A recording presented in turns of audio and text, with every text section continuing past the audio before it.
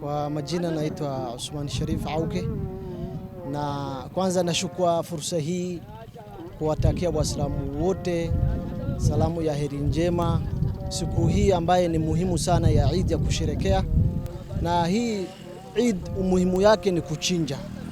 Umuhimu ya Eid ni kuchinja ili wale hawajabahatika miongoni mwa jamii siku ya leo pia wafurahie.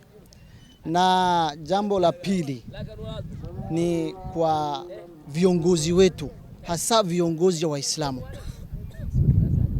Uislamu si mavazi, Uislamu si sura, Uislamu iko hapa kwa kifua.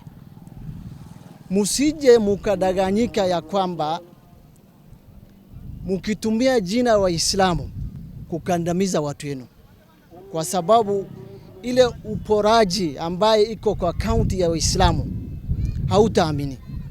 Na siku zote walikuwa wanakemea Gachagua kwa kizingio ya kwamba wanasema ya kwamba huyu ni mkabila, na ili hali hawa wanapora mali ya watima, ya wajane na walemavu.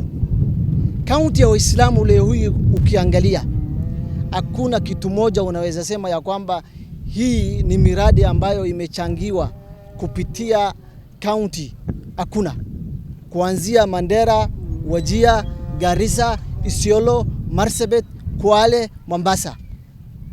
Hii inamaanisha ya kwamba Waislamu ndio wafisadi zaidi kuliko dini zingine. Kwa sababu hii hata inatuharibia sura. Saa hii kwa serikali ya Ruto, wale wako katika ngazi ya juu wote na Waislamu. Tafadhalini sana musiharibu image ya Waislamu, kwa sababu muliaminiwa na mulipatiwa hizo nyadhifa.